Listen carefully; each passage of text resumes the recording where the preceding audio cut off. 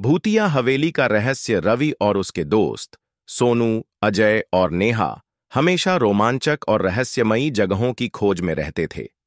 एक दिन उन्हें एक पुरानी सुनसान हवेली के बारे में पता चला जो शहर के बाहरी इलाके में स्थित थी। लोगों का कहना था कि वहां जाने वाला कोई भी व्यक्ति वापस नहीं लौटता।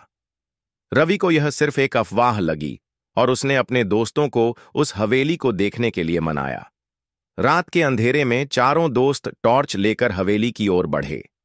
हवेली टूटी फूटी और जर्जर हालत में थी। जैसे ही उन्होंने दरवाजा खोला, एक अजीब सी ठंडी हवा बाहर निकली। अंदर प्रवेश करते ही उन्हें लगा जैसे कोई उनकी हर हरकत पर नजर रख रहा हो। दीवारों पर अजीब चित्र और खून के धब्बे थे। रवि ने जैसे ही सीढ़ियों की तरफ कदम बढ़ाया, अचानक एक दरवाजा अपने आप खुल गया। अंदर देखने पर उन्होंने देखा कि वहां एक पुरानी तस्वीर रखी थी, जिसमें हवेली के पूर्व मालिक राजा विक्रम सिंह का चित्र था। अचानक वह तस्वीर हिलने लगी और उसके अंदर से धीमी आवाजें आने लगीं। नेहा डर कर अजय का हाथ पकड़ ली। तभी हवेली के कोने से एक परछाई निकलकर उनकी ओर बढ़ने लगी।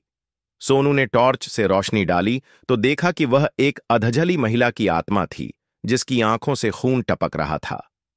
तुम्हें यहां नहीं आना चाहिए था, आत्मा ने कर्कश आवाज में कहा। अचानक दरवाजे बंद होने लगे और हवेली के अंदर की सारी चीजें हिलने लगीं। चारों दोस्तों ने भागने की कोशिश की, लेकिन दरवाजे खुद ब खुद बंद हो गए। रवि ने हिम्मत जुटाई और आत्मा से पूछा, तुम कौन हो और हमें क्यों मारना चाहती हो? आत्मा ने करुणा भरी आवाज में कहा, मैं इस हवेली की महारानी थी, जिसे राजा ने जिंदा जला दिया था। जब तक मेरे हत्यारे का बदला पूरा नहीं होता, मेरी आत्मा इस हवेली में भटकती रहेगी। रवि और उसके दोस्तों को समझ आ गया कि हवेली में कोई न कोई बड़ा राज छुपा हुआ है। उन्होंने तहखाने में जाने का फैसला किया।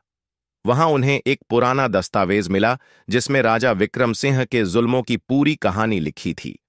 अचानक राजा विक्रम सिंह की आत्मा भी वहां प्रकट हुई। अब दोनों आत्माएं एक दूसरे से भिड़ने लगीं। चारों दोस्त दीवार के पास दुबक गए। हवेली भूकंप की तरह हिलने लगी। रवि ने जल्दबाजी में वह दस्तावेज निकाला और आत्मा को दिखाया। दस्तावेज देखते ही आत्मा चीखने लगी और तेज रोशनी के साथ हवेली हिलने लगी। जब चारों दोस्त हवेली से बाहर निकलने ही वाले थे, तब सोनू को एक अजीब सा कंगन मिला, जिस पर कुछ रहस्यमयी संकेत लिखे थे।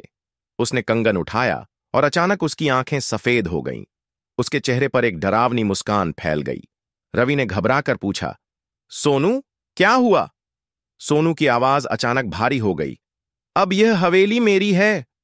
चारों दोस्त दहशत में थे। क्या सोनू पर किसी नई आत्मा का साया आ चुका था, या यह सिर्फ एक नई मुसीबत की शुरुआत थी? अचानक हवेली के अंदर से एक भयानक हंसी गूंजने लगी। हवेली की खिड़कियां खुद ब खुद खुल गईं और तेज हवा चलने लगी। नेहा ने देखा कि सोनू की परछाई अब दो हो चुकी थीं, एक असली और दूसरी काली धुंध जैसी। अजय ने हिम्मत जुटाकर कंगन को सोनू के हाथ से निकालने की कोशिश की, लेकिन जैसे ही उसने कंगन को छुआ, उसे जोर का झटका लगा और वह दूर जा गिरा। यह कोई साधारण कंगन नहीं है, रवि ने धीरे से कहा। तभी एक गहरी आवाज आई, अब बहुत देर हो चुकी है। अब यह हवेली तुम सबकी कब्रगाह बनेगी। नेहा ने कंगन को ध्यान से देखा और उस पर लिखे संकेतों को पढ़ने की कोशिश की। यह कोई प्राचीन मंत्र था जो आत्माओं को बांध सकता था। रवि ने तेजी से अपने मोबाइल की टॉर्च ऑन की और हवेली के उस हिस्से में रोशनी डाली जहां से भयानक हंसी आ रही थी। तभी दीवारों पर लिखे प्राचीन शिलालेख चमकने लगे। नेहा ने जल्दी से मंत्र पढ़ा और अचानक हवेली कांपने लगी। सोनू जमीन पर गिर पड़ा।